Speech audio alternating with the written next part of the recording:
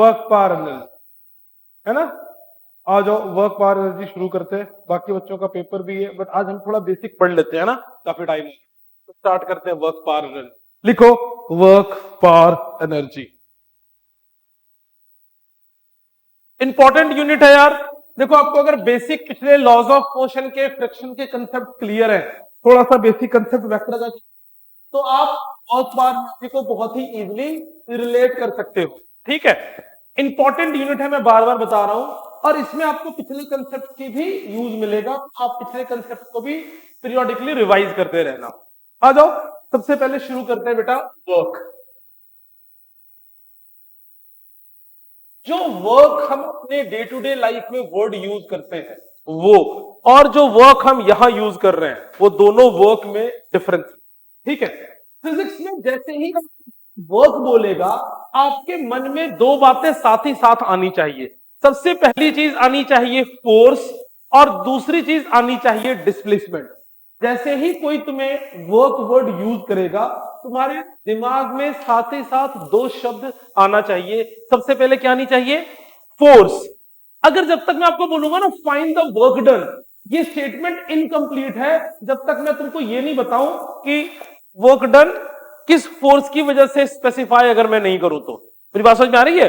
जब तक मैं ये स्पेसिफाई नहीं करूं कि वर्क डन किस फोर्स की वजह से है, तब तक ये स्टेटमेंट कंप्लीट नहीं है। क्या मेरी बात समझ में आ रही है? तो आपको जैसे ही वर्क बताया जाएगा, आपको साथ ही साथ ये चीज स्पेसिफाई करनी पड़ेगी कि ये वर्क डन किस फोर्स की वजह से। मेरी बात समझ में आ रही कि नहीं आ रही है? तो वर्क के साथ तीन बातें सबसे पहले आपको समझ में आनी चाहिए। द फर्स्ट पॉइंट इज, अगर वर्क डन है तो there must be some force. हो सकता है इस फोर्स की वजह से उसकी डिस्प्लेसमेंट हो रही हो या नहीं भी हो रही हो। इस फोर्स की वजह से उसकी डिस्प्लेसमेंट हो रही हो या नहीं भी हो रही हो, बट फोर्स होना चाहिए। दूसरी चीज, डिस्प्लेसमेंट होनी चाहिए। यह मत समझना कि जो फोर्स लग रहा है उसी फोर्स की वजह से डिस्प्लेसमेंट होनी चाहिए, नहीं, ऐसा जरूरी नहीं है। कोई भी फोर्स हो सकती है, कोई भी डिस्प्लेसमेंट हो सकती है। तो पहली चीज क्या होनी चाहिए बोलो बेटा? फोर्स। दूसरी चीज क्या होनी चाहिए? डिस्प्लेसमेंट। और तीसरी चीज जो आपको पता होनी चाहिए, that should be the angle between force and displacement. Angle between force and displacement. अगर आपको ये तीनों बातें क्लियर होंगी, तभी आप किसी भी फोर्स की वजह से वर्क डन जो है वो कैलकुलेट कर सकते हो। और अगर इनमें से कोई भी बात आपको क्लियर नहीं है, तो आप किसी भी फोर्स की वजह से वर्क डन कैलकुलेट नहीं कर सकते। जैसे फॉर एग्जांपल, मैं एक एग्जांपल लेता हूं और एग्जांपल की हेल्प से आपको समझाता हूं। मान लो ये एक ब्लॉक रखा है, आप ये एक ब्लॉक रखा है यहां पे, देखो ध्यान से, ये एक ब्लॉक रखा है। इस ब्लॉक पे नीचे क्या फोर्स लग रही होगी बोलो बेटा? mg। ऊपर की तरफ क्या फोर्स लग रही होगी? नॉर्मल। इस ब्लॉक पे मान लो आगे की तरफ फोर्स अप्लाइड है। ये कौन सा है? जो हमने से एक्सटर्नल फोर्स लगाई है। और अगर ये इसके ऊपर स्लाइड करता हुआ जा रहा है, तो पीछे की तरफ इस पे क्या लग रही होगी बोलो बेटा? फ्रिक्शन लग रही होगी, है ना। अब इस कंडीशन में अगर ये बॉडी थोड़ी देर के बाद एस डिस्प्लेसमेंट अगर इसने कवर अप किया है, कितना डिस्प्लेसमेंट बोलो बेटा? एस डिस्प्लेसमेंट कवर अप किया है, तो you can calculate work done due to all the four force. क्या मेरी बात समझ में आ रही है? ऐसा नहीं है कि यहां पे वर्क डन, कई बार बच्चा ये समझता है कि वर्क डन केवल क्योंकि डिस्प्लेसमेंट तो उसी की वजह से हो रही है। नहीं, ऐसा नहीं है। आप वर्क डन किसकी किसकी वजह से निकाल सकते हो बोलो बेटा? You can calculate work done by normal reaction, you can calculate work done by mg, you can calculate work done by force applied, you can calculate by, are you getting my point? ठीक है, तो you can calculate work done by all the above forces. The condition is you have must,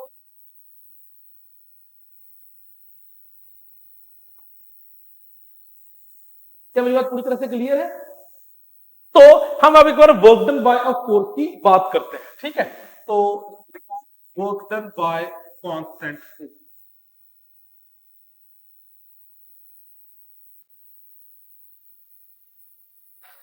किसी भी body पे लगने वाला force जो है वो दो तरीके का हो सकता है। कैसा कैसा हो सकता है बोलो बेटा?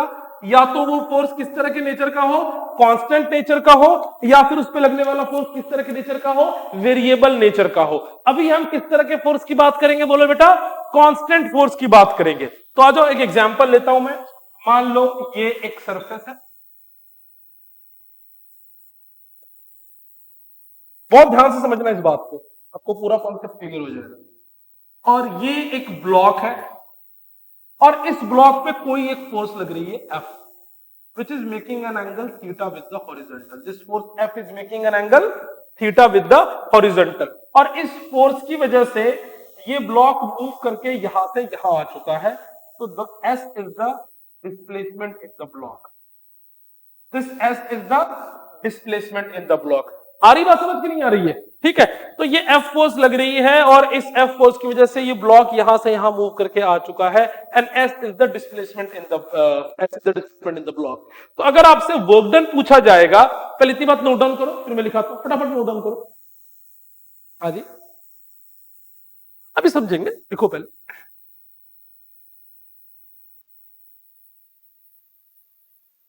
फटाफट नोट डाउन करो।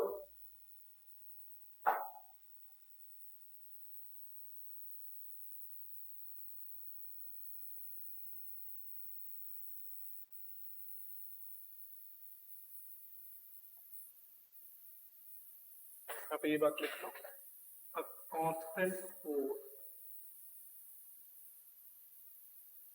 F is acting on the block due to which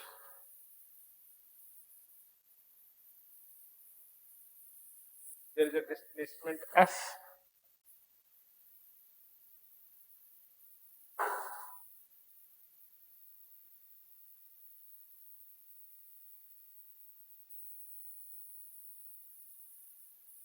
F block.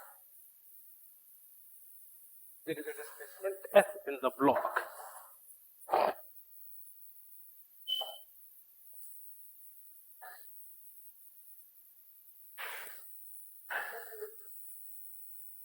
मैं समझाता हूँ, ये बहुत सारा एग्जाम्पल आएगा, वेट करो, कोई दिक्कत वाली बात नहीं, बहुत सारा एग्जाम्पल।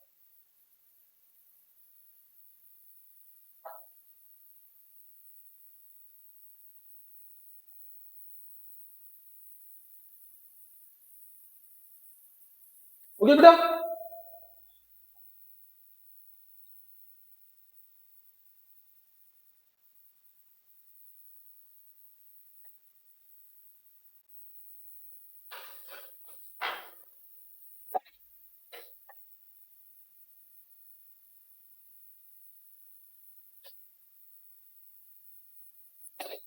ठीक है बेटा।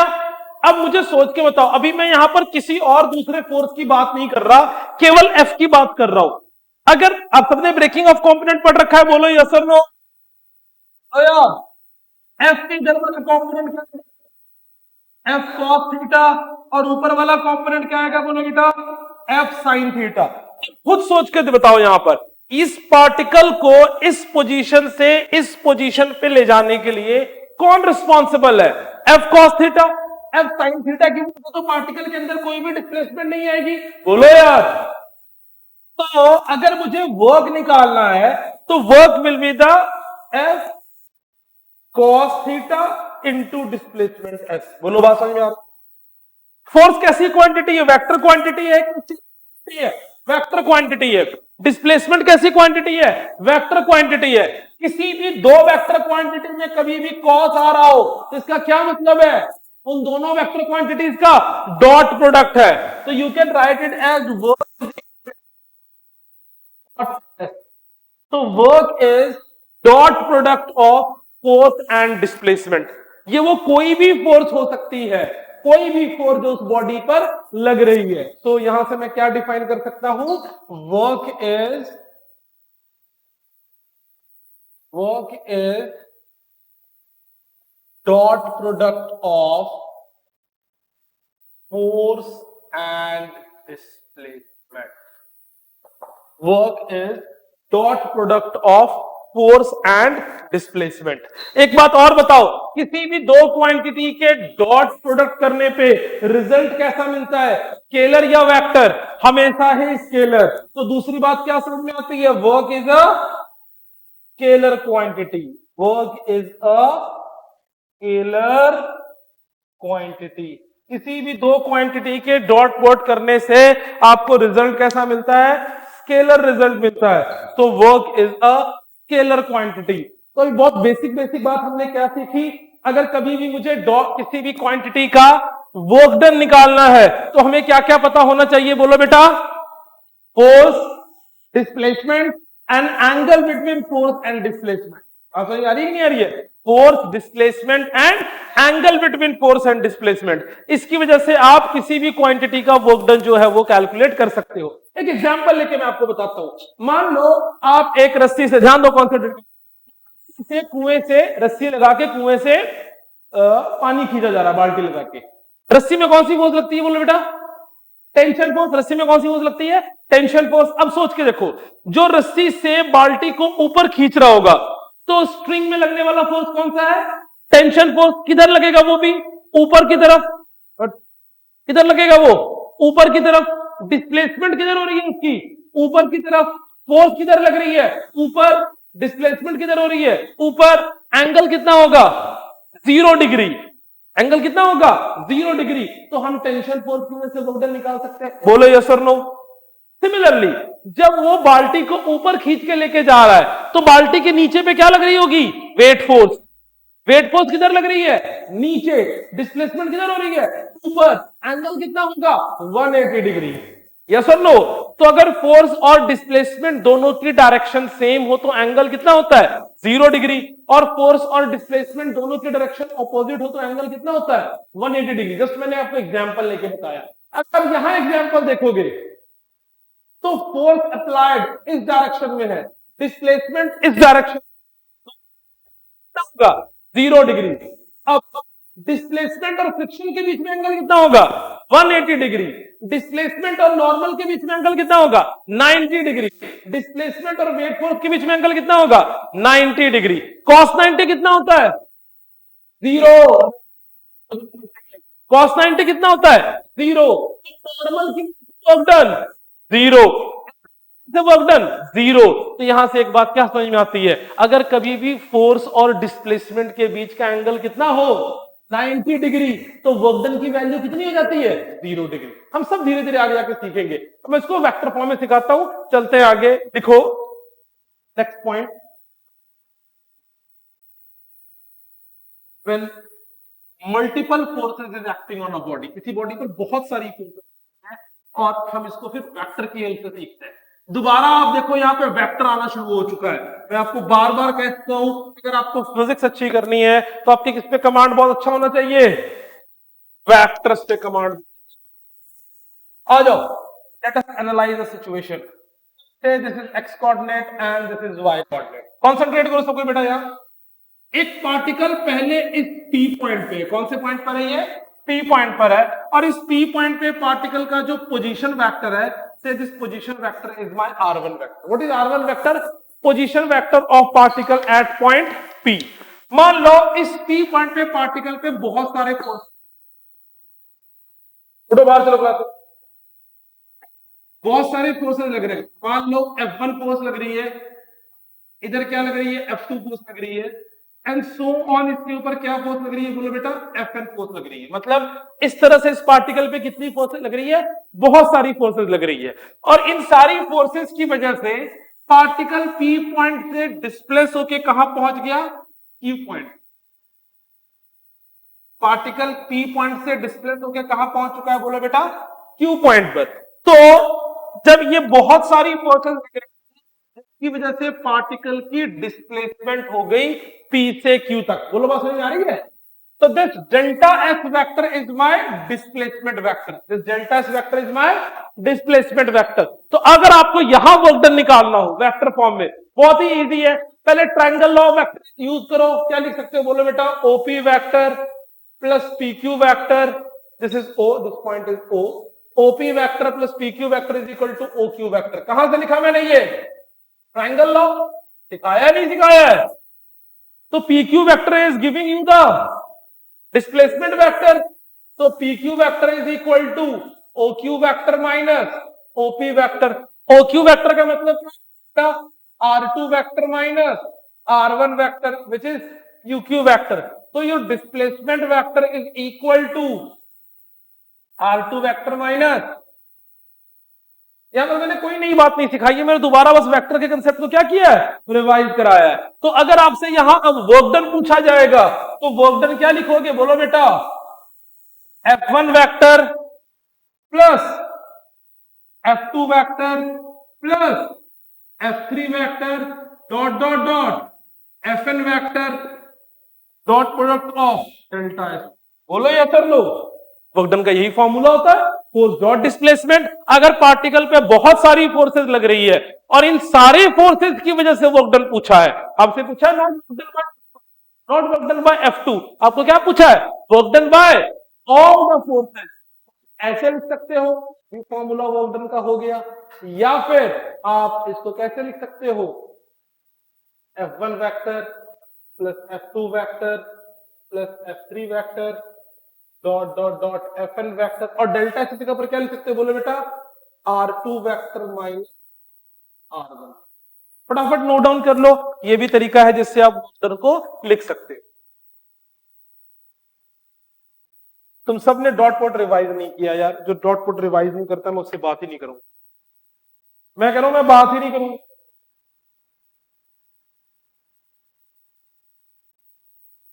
मैं कह रहा हूं मैं बात ही नहीं करूंगा। मैं अभी क्लास शुरू करने से पहले 2 बार बोल चुका हूं, डॉट पोट याद होना चाहिए। मैंने कहा मैं डिस्कस ही नहीं करनी इस बारे में।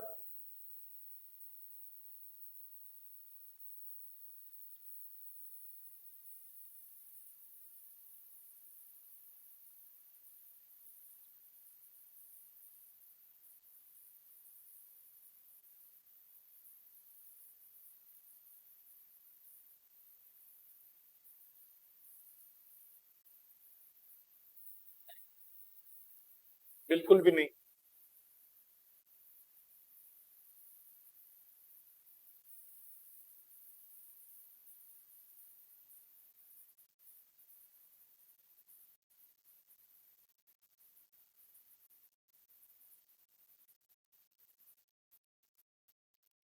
के बाद मैं एक चीज लिख दूंगा, लेकिन इसके बाद अगर मेरे से वर्क पूछा है ना तो उस दिन जूता पड़ेगा, सीधे जूता, वर्क में अगर डॉट वर्ड पूछा है तो। आज मैं लास्ट वार्निंग दे के बोलूंगा डॉट वर्ड पढ़ के आना। और समझ में आ रही है ब्रह्म? नहीं तो क्या पड़ेगा?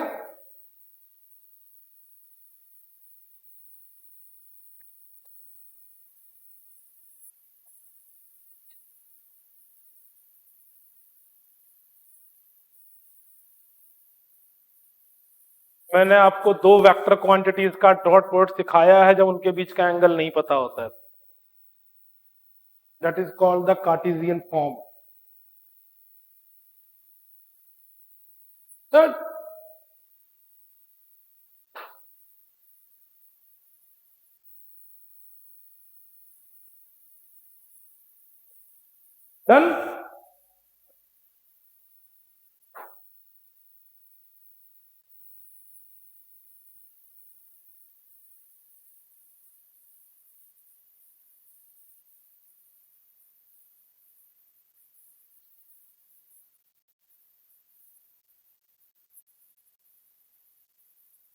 मैं इसके बाद एक टॉपिक और पढ़ाऊंगा और मैं कल की क्लास तभी लूंगा जब आपको डॉट वर्ड आता होगा।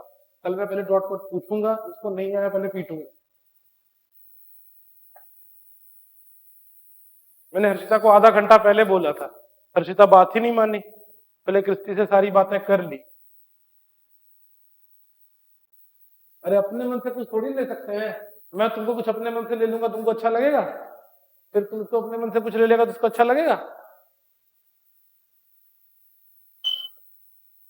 देखो देखो गोबरो,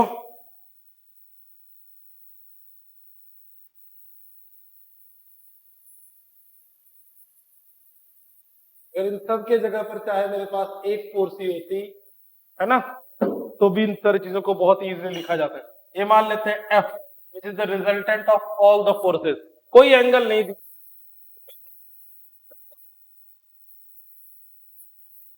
cap plus z1 k cap, और मेरे पास डिस्प्लेसमेंट वेक्टर क्या होगा, x2 i cap plus y2 j cap plus z2 k cap.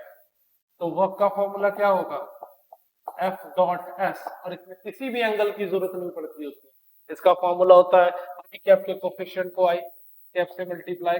कौन रिवाइज करेगा ये, फिर जरूरत पड़ी तो इस्तेमाल नहीं आया, उस हथियार का क्या फायदा।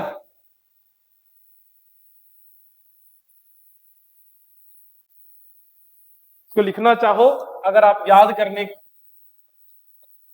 इसको आप F1 F2 टर्म्स में लिख लो, F is equal to F1 F2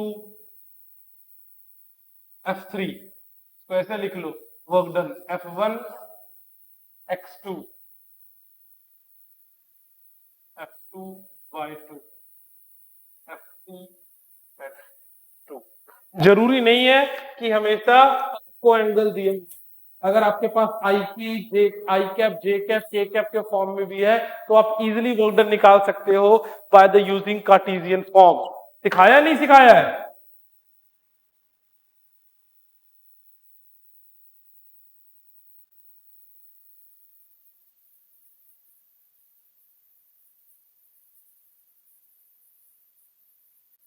फटाफट नोट डाउन करो, फिर कुछ इंपॉर्टेंट पॉइंट लिखो।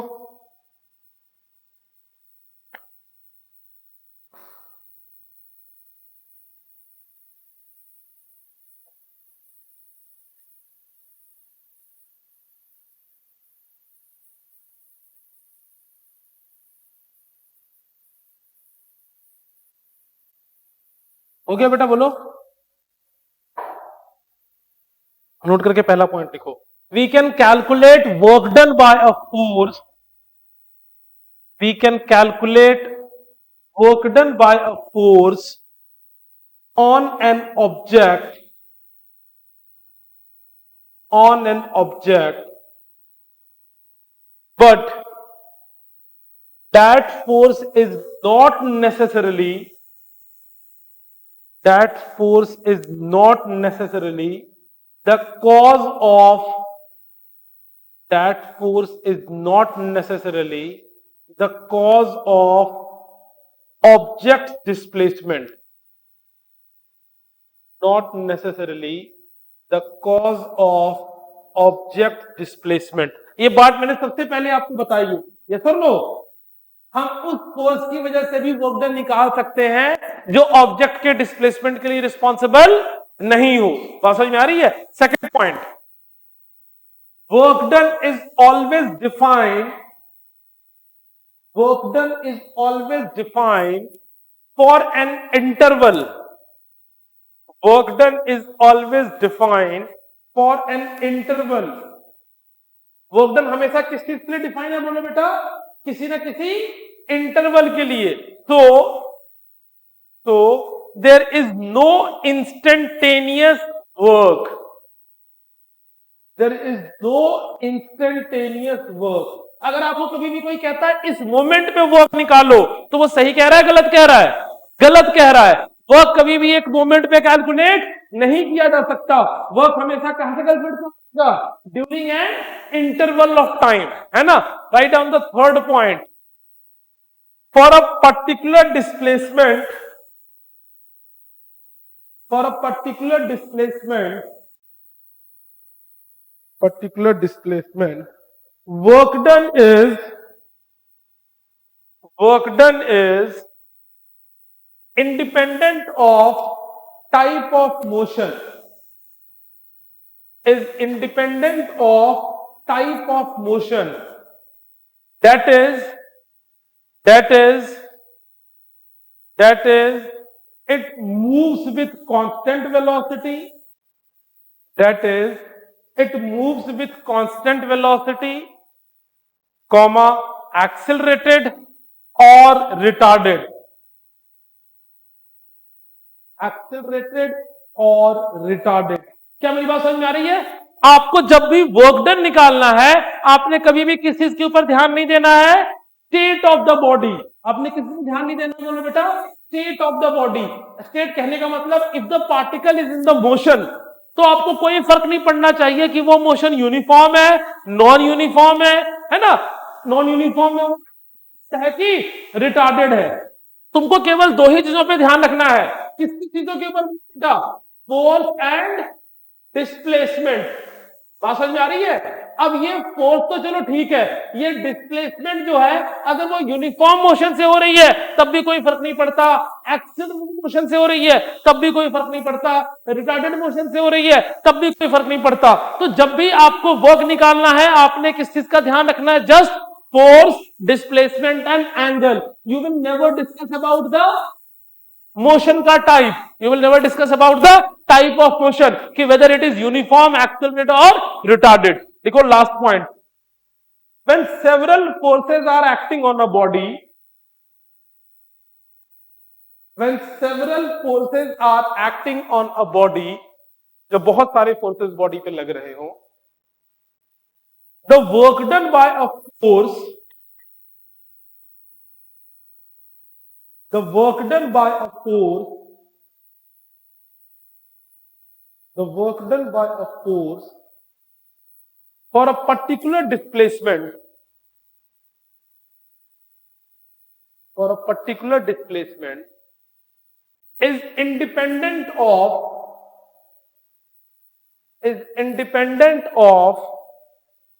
other forces, independent of other forces. कहने का क्या मतलब है बोलो बेटा? मान लो किसी बॉडी पर, अभी हमने एक एग्जांपल लिया था, दोबारा इस एग्जांपल को समझो और इससे आप इस कंसेप्ट को भी समझो। मान लो इस बॉडी पर ये हमने रखा है, नीचे क्या फोर्स हो रही थी बोलो? mg, ऊपर नॉर्मल, आगे फोर्स अप्लाइड, पीछे फ्रिक्शन और इसकी डिस्प्लेसमेंट आगे हो रही है। क्या बात समझ में आ रही है? इस बॉडी में बहुत सारी फोर्सेस, अगर आप वर्क डन बाय फ्रिक्शन निकाल रहे हो आप केवल फ्रिक्शन पे कंसंट्रेट करो और डिस्प्लेसमेंट पे, आप बाकी फोर्सेस के बारे में कुछ भी ध्यान देना नहीं है। You have to just calculate the displacement of the body and the force acting on the body. आप ये नहीं कहोगे इस एफ क्या हो गया, अब हमने एफ के बारे में कोई डिस्कशन नहीं करनी है। सर एन कहां चला गया, हमने एन के बारे में कोई डिस्कशन नहीं करनी है। सर एनर्जी कहां चला गया, हम इसकी कोई डिस्कशन नहीं करेंगे। We will concentrate ourselves on the given force and the displacement. बात समझ में आ रही है? ये कुछ पॉइंट्स है, क्या क्या सीख लिया हमने जल्दी से देखो। अगर आपको कभी भी वर्क निकालना हो, आपको फोर्स दी हुई हो, डिस्प्लेसमेंट दिया हुआ हो और एंगल दिया हुआ हो, तो वर्क डन का फॉर्मूला क्या होगा? Force into displacement into cosine of angle between them.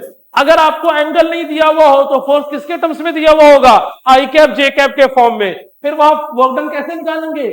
I cap के कोफिशिएंट को आई कैप से मल्टीप्लाई करके, जे कैप के कोफिशिएंट को जे कैप से एंड के कैप के कोफिशिएंट को के कैप से मल्टीप्लाई करके। बोलो यस और नो? वर्क इंस्टेंटेनियस वैल्यू है कि एवरेज वैल्यू है? एवरेज वैल्यू है। बात समझ आ रही है? हम वर्क उन फोर्सेस की वजह से भी निकाल सकते हैं जिसकी वजह से डिस्प्लेसमेंट नहीं हो रही है। और क्या सीखा हमने वर्क के बारे में बताओ? और क्या सीखा? तू कब सुधरेगा? नया चैप्टर शुरू हो गया है, जो इसमें नहीं सुधरा ना तेरे को मैं ना विटामिन जेड की गोलियां दूंगा।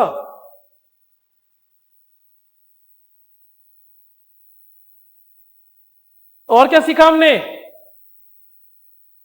ये मोशन पे डिपेंड नहीं करता, यूनिफॉर्म मोशन हो, एक्सीलरेटेड मोशन हो, रिटार्डेड मोशन हो, फिर भी वो क्या रहेगा? सेम रहेगा। और हमने क्या सीखा?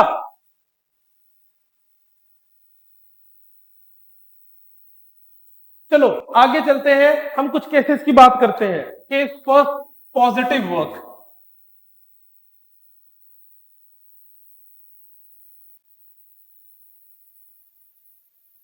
केस फर्स्ट क्या है बोलो बेटा? Positive work.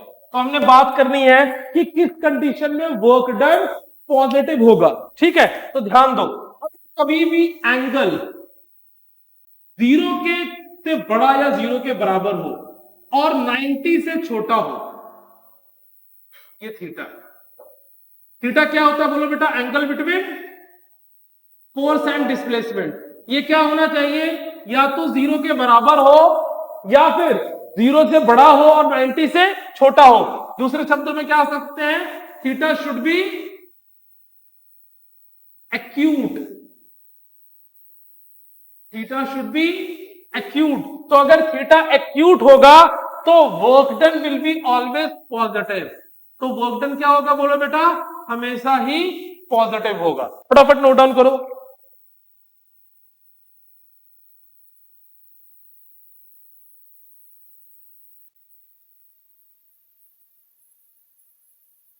वर्क डन हमेशा ही क्या होगा बोलो बेटा, पॉजिटिव होगा।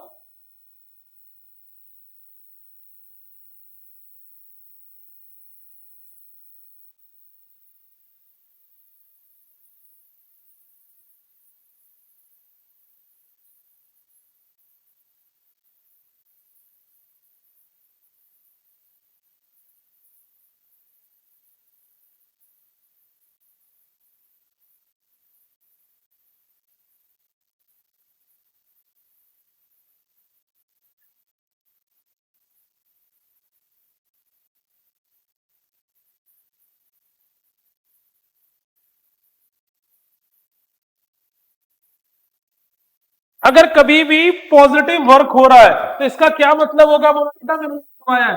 Positive work signifies that applied force favours the motion of body. मतलब अप्लाइड फोर्स मोशन का कॉज हो सकता है।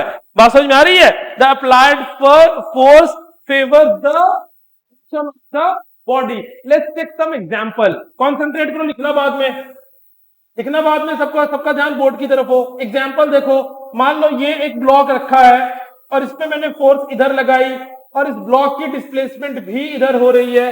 तो फोर्स और डिस्प्लेसमेंट के बीच का एंगल कितना है? 0 डिग्री। तो यहां वर्क डन पॉजिटिव होगा कि नेगेटिव होगा? पॉजिटिव होगा। और इसका क्या मतलब है कि ये फोर्स इस डिस्प्लेसमेंट को क्या कर रहा है? फेवर कर रहा है। कोई दूसरा एग्जांपल लेके देखो, जैसे मैंने बताया था आपको, ये एम मास का ब्लॉक है जिसको ऊपर में रस्सी से टेंशन फोर्स से खींच रहा हूं। फोर्स किधर लग रही है बोलो बेटा? अपवर्ड। पार्टिकल के बीच का एंगल 0 डिग्री। तो यहां भी फोर्स क्या कर रहा है? डिस्प्लेसमेंट को फेवर कर रहा है। और यहां वर्क डन की वैल्यू भी क्या होगी? पॉजिटिव। तो पहले एग्जांपल में भी वर्क डन क्या होगा बोलो बेटा? Work done will be positive. यहां भी वर्क डन, दूसरे एग्जांपल में भी वर्क डन की वैल्यू क्या होगी बोलो बेटा? पॉजिटिव। तीसरे एग्जांपल में भी कुछ तुम देख लो, मान लो ये एक ब्लॉक रखा है और इसको मैं ऐसे लेके जा रहा हूं और ये थीटा की वैल्यू 30 डिग्री है, फोर्स इज एफ। तो यहां भी वर्क डन की वैल्यू क्या होगी? पॉजिटिव, है ना? And it is given that particle की डिस्प्लेसमेंट भी इसी डायरेक्शन में। तो अगर कभी भी फोर्स और डिस्प्लेसमेंट के बीच का एंगल एक्यूट हो तो वहां पे हमेशा वर्क डन क्या होगा? पॉजिटिव। और इसका क्या मतलब होगा?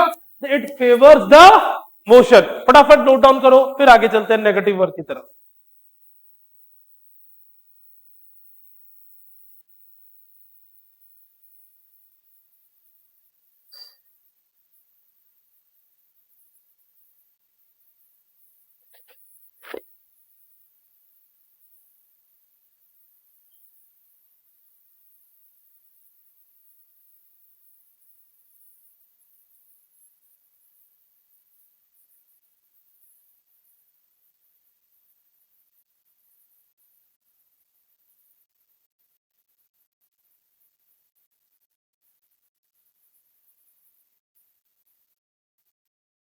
क्या थोड़ी बताओ,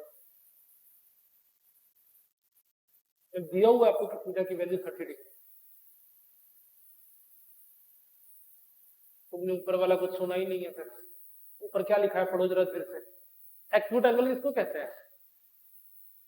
तो थीटा 90 से बड़ा है।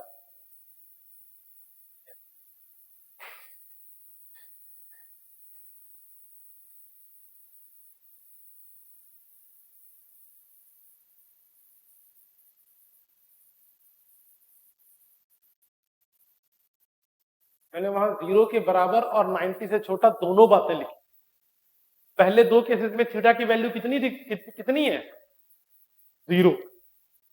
इस केस में थीटा की वैल्यू कितनी लिखूंगा मैं? Theta is equal to 0 degree.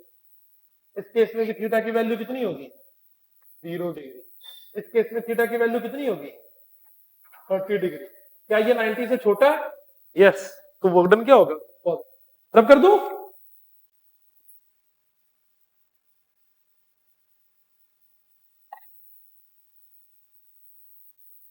ठीक है, नेक्स्ट लिखो नेगेटिव।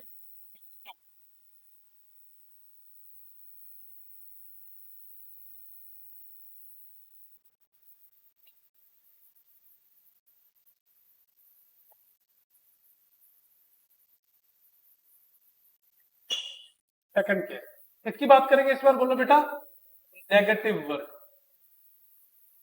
वर्क है scalar quantity, still it could be positive, negative as well as zero. तो अगर थीटा की वैल्यू 90 से बड़ी हो, इक्वल नहीं होनी चाहिए, और 180 डिग्री से छोटी या 180 डिग्री के बराबर हो, ठीक है, दूसरे शब्दों में क्या कह सकते हैं? Theta is obtuse. 90 से बड़े एंगल को क्या कहते हैं? ऑब्ट्यूज। तो वहां पे वर्क डन की वैल्यू क्या होगी इस केस में? हमेशा नेगेटिव। और नेगेटिव वर्क डन क्या सिग्निफाई करेगा? इट सपोर्ट्स द मोशन और opposes द मोशन, है ना? तो नेगेटिव वर्क डन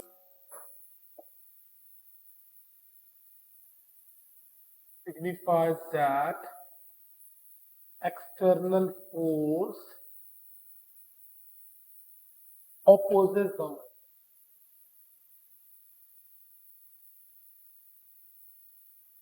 बोलो, पूरी बात क्लियर है? एग्जाम्पल देख लो, एग्जाम्पल देख लो, फिर नोट डाउन करना। एग्जाम्पल देखो, हमने पिछले केस में एक एग्जाम्पल लिया था, किसी को याद है? ये एक ब्लॉक रखा है, इस ब्लॉक में फोर्स इधर लगाई है, this is force applied, displacement इधर हो रही है, लेकिन फ्रिक्शनल फोर्स किधर लगेगी? ऑपोजिट डायरेक्शन में, इधर लगेगी फ्रिक्शन।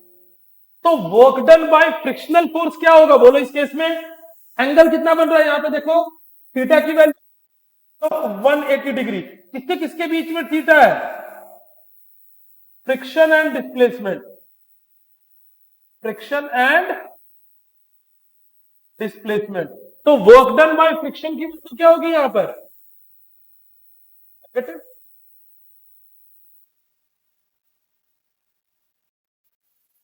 बोलो बेटा, आ रही बात समझ? वर्क डन नहीं कहेंगे, पीछे केस में work done by applied force था, यहां वर्क डन बाय कौन सा है? फ्रिक्शनल। एक एग्जांपल, दूसरा एग्जांपल एक और चेक कर लो, मैंने अभी आपको एग्जांपल दूसरा भी दिया था।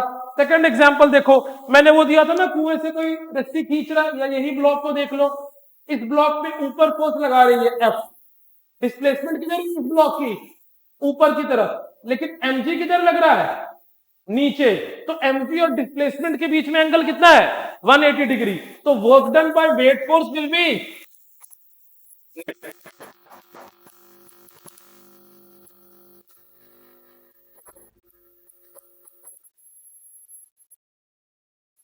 नई बात समझ में आई? क्लियर है? फटाफट नोट डाउन करो। हाँ जी बेटा, हाँ दोबारा देख लो, ये हमने फोर्स अप्लाई किया बोलो बेटा, ये ब्लॉक ऊपर की तरफ जा रही है, एमजी किधर लग रहा है? नीचे। डिस्प्लेसमेंट किधर है? ऊपर। थीटा की वैल्यू यहां पे कितनी हो रही है बोलो? 180 डिग्री। तो थीटा की वैल्यू 180 डिग्री है, तो वर्क डन क्या हो जाएगा? नेगेटिव। ये वर्क डन किसकी वजह से? एफ की वजह से कि एमजी की वजह से?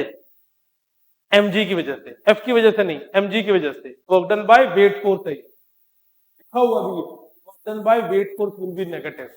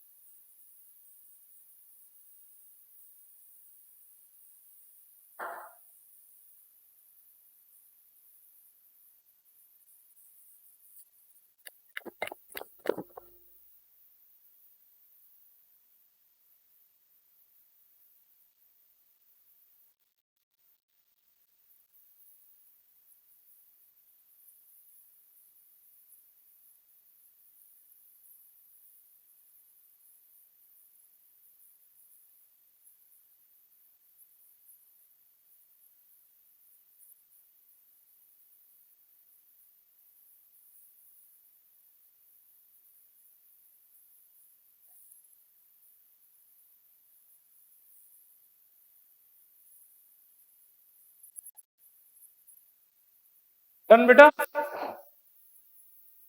और हम लास्ट कंडीशन किसके बारे में बात करेंगे अब? जीरो को। तो लिखो केस थर्ड, जीरो वर्क।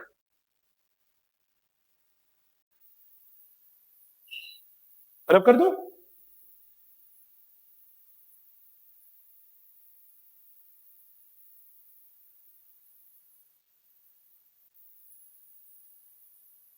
देख लो, 1 मिनट देख लो, यहीं पे देख लो, फिर आराम से नोट डाउन कर लेना। केस थर्ड की बात करेंगे, किसकी वर्क होगी बोलो बेटा? जीरो वर्क की। ठीक है, जीरो वर्क कब कब हो सकता है? पहली केस, थीटा की वैल्यू 90 डिग्री हो। दूसरी, there is no displacement, there is no displacement. जैसे मैं इस दीवार को बहुत सारी फोर्स से धक्का मार रहा हूं, फोर्स लग रही है, यस, एंगल सामने, लेकिन डिस्प्लेसमेंट नहीं हो रही, तो यहां वर्क डन कितना हो जाएगा? जीरो। और तीसरी चीज क्या हो सकती है? No force. अगर कोई फोर्स नहीं लगेगी तो भी वर्क डन की वैल्यू कितनी होगी? 0 डिग्री। अगर फोर्स लग रही है और थीटा 90 डिग्री हो जाए तो फिर वर्क डन कितना हो जाएगा बोलो बेटा? 0 डिग्री। फोर्स लग रही है, डिस्प्लेसमेंट भी है लेकिन एंगल, सॉरी, फोर्स लग रही है, एंगल भी है लेकिन डिस्प्लेसमेंट नहीं हो रहा। जैसे मैं अपने सर पे एक 10 किलो का बोझ लेकर यहां पे खड़ा हो जाऊं और कहीं नहीं मूव करूं, तो मेरे पे एमजी फोर्स तो लग रही है लेकिन मेरी डिस्प्लेसमेंट कितनी है? 0। तो मेरा वर्क डन कितना होगा? 0। तो फिजिक्स में वर्क डन में डिस्प्लेसमेंट होना बहुत ज्यादा जरूरी है। वर्क डन 0 का एग्जांपल्स अगर आप देखना चाहो तो आप देख सकते हो। पहला एग्जांपल अभी आपको सिखाया था, ऊपर की तरफ क्या लग रहा है बोलो बेटा? नॉर्मल। नीचे की तरफ क्या लग रहा है बोलो? mg। ये फोर्स अप्लाइड और पार्टिकल की डिस्प्लेसमेंट भी इधर हो रही है। बोलो बात समझ में आ रही है? तो इस केस में work done by normal force क्या होगा बोलो बेटा? जो नॉर्मल और डिस्प्लेसमेंट का एंगल कितना बन रहा है देखो, ये है डिस्प्लेसमेंट, तो work done by normal force, बोलो यार, 0। दूसरा और किसकी वजह से 0 होगा बोलो? Work done by weight force.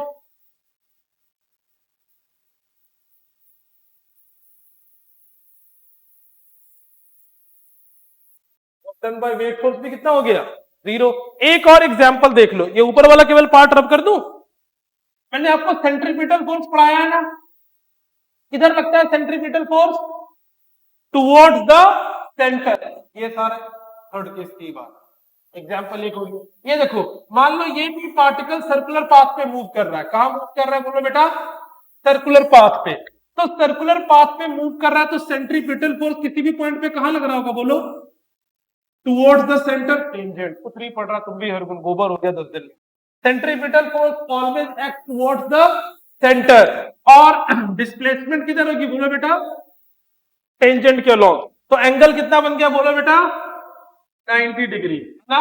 तो ये याद रखना कि work done bye centripetal force is always 0, क्योंकि सेंट्रीपिटल फोर्स हमेशा किधर लग रही है? This force is my centripetal force. वो सेंट्रीपिटल फोर्स कोई भी हो सकती है, मैंने आपको सिखाया है ना, जब रस्सी घुमा रहे तो सेंट्रीपिटल फोर्स कौन है? टेंशन। जब आप रोड पे टर्न करो तो सेंट्रीपिटल फोर्स कौन है? फ्रिक्शन। तो कोई भी सेंट्रीपिटल फोर्स हो सकती है। तो work done bye centripetal force is always, बोलो यार, सेंट्रीपिटल फोर्स इज,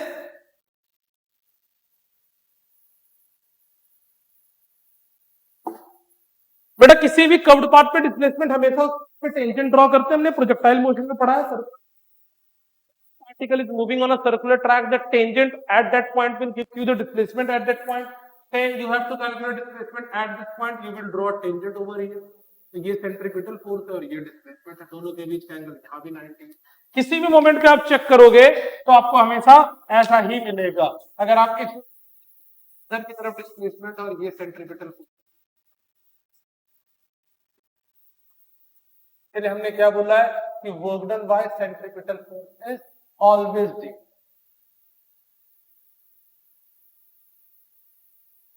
ऑलवेज। बात समझ आ रही है? तुम लोग एक बार दोबारा डॉट पॉट को रिवाइज करो, तुम लोग रिवाइज करके नहीं आए हो, थोड़ा अवेयर होके रिवाइज करके आओ। और अगर कल ऐसे ही ढीला एटीट्यूड रहा तो कल पिटोगे, मैं तुमको बता दे रहा हूं।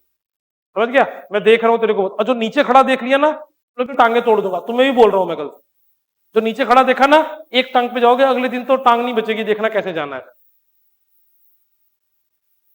जो मैंने नीचे खड़े देख लिया है, फटाफट क्लास का टाइम है, ऊपर आ जाएगा। एक बार आज की क्लास को प्रॉपरली फिर से रिवाइज करो और डॉट प्रोडक्ट वेक्टर को पूरा रिवाइज करके आओ।